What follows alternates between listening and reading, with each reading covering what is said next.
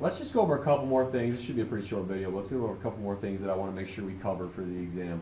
Limit notation is something that we talked about. Let's take a look at this function. Let's graph it.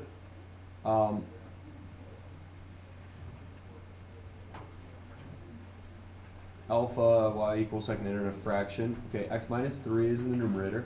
In the denominator we have x squared minus 25. Let's take a look at that graph.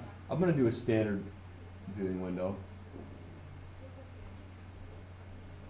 Okay, zoom, standard, 6.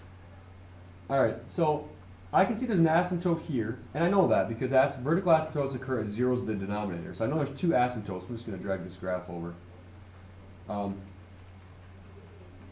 I know the calculator, it's not the best in the world. It has mistakes, and one of the mistakes is obviously that it doesn't finish these graphs. These graphs should go up. There should be an asymptote here at -5, because that's where a 0 in the denominator is, and also +5. And the graph should keep going. Obviously, it should be, keep going. The calculator doesn't show those values. Okay. So I want to use that information to answer the questions about the limit. So the limit of the function as x approaches -5 from the left. That's what this means. So as we approach -5 from the left, the function goes down to -infinity. Okay? And then the limit of the function as x approaches -5 from the right goes up to +infinity. Okay, you can just write +infinity like that if you want. So that's what this means. This is the limit as the function approaches 5 from the left. So as the function approaches +5 from the left. So that's this. +5 from the left goes down to -infinity. And then at the limit of the function as x approaches 5 from the right.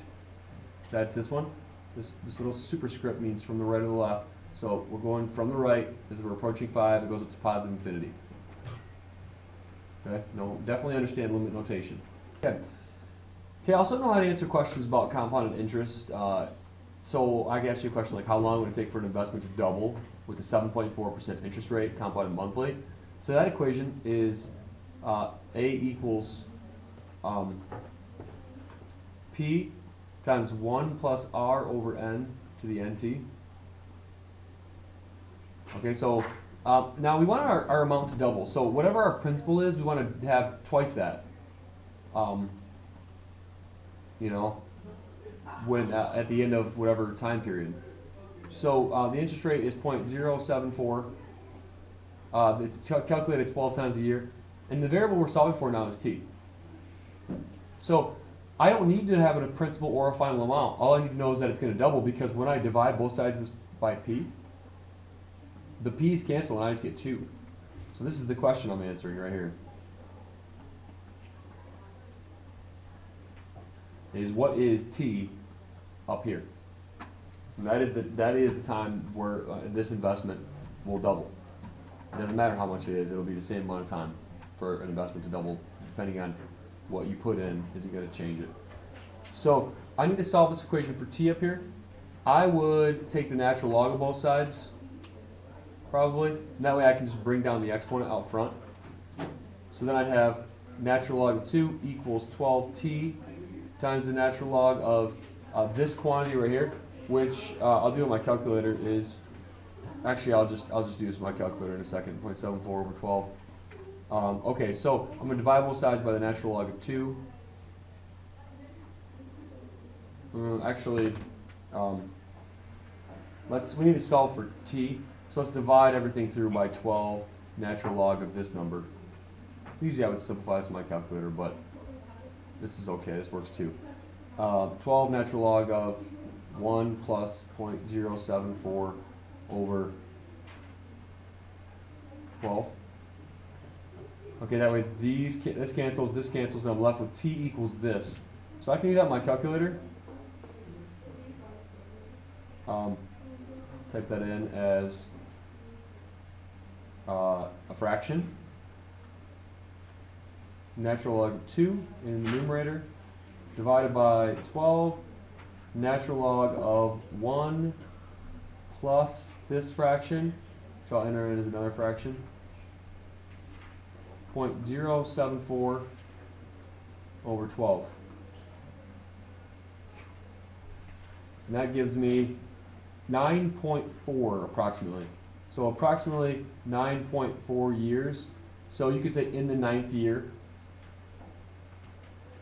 or after 9.4 years if you round to the nearest 10th. But that's when how long it would take for an investment to double with the 7.4% interest rate compounded monthly.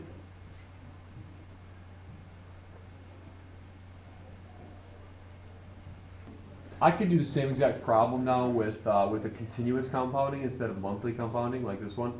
In which case I just have the other formula, A equals P times E to the RT. So how long will it take for an investment to double? Whatever I put here, I need to put twice of that here. So you don't even have to put P, you could put 1 and 2. Or if you put in $1, how long will it take to get $2? You know, it doesn't matter. When you divide, you're going to put 2 on the left side either way. So this is my formula. Now my rate is 0.074 times time. So let's say I had P and 2P, for example. Doesn't matter. Divide both sides by P, and you get 2 on the left side. Okay. Now I'll take the natural log of both sides. I'm going to solve for T. And I can bring, this just cancels, I can bring down the exponent. So I end up natural log of 2 equals 0.074 times T, divide both sides by 0.074. And I get T equals this quantity, which is natural log of 2 divided, oops, not tangent, natural log of 2 divided by 0.74 gives me, I'm sorry, 0.074. So that's going to end up moving the decimal place over 1. So 9.37 years. So 9.37 years. Well, about 9.4. So it's about the same for investment to double. This was a little bit off, you know, at the hundredths place, but if you round it to the nearest tenth, it's the same. 9.4 years. But it's a different formula and different work. Okay. Well, let's try just a couple more problems for extra practice. So another conic section, one in standard form.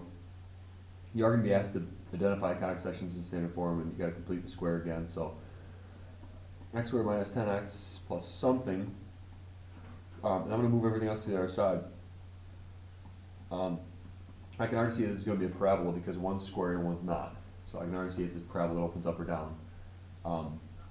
But anyways, I'm going to move everything else to the right side. Anything that needs to be completed with the square on the left, and then add b over 2 squared to both sides, which is negative 10 over 2, which is negative 5 squared to both sides, which is 25.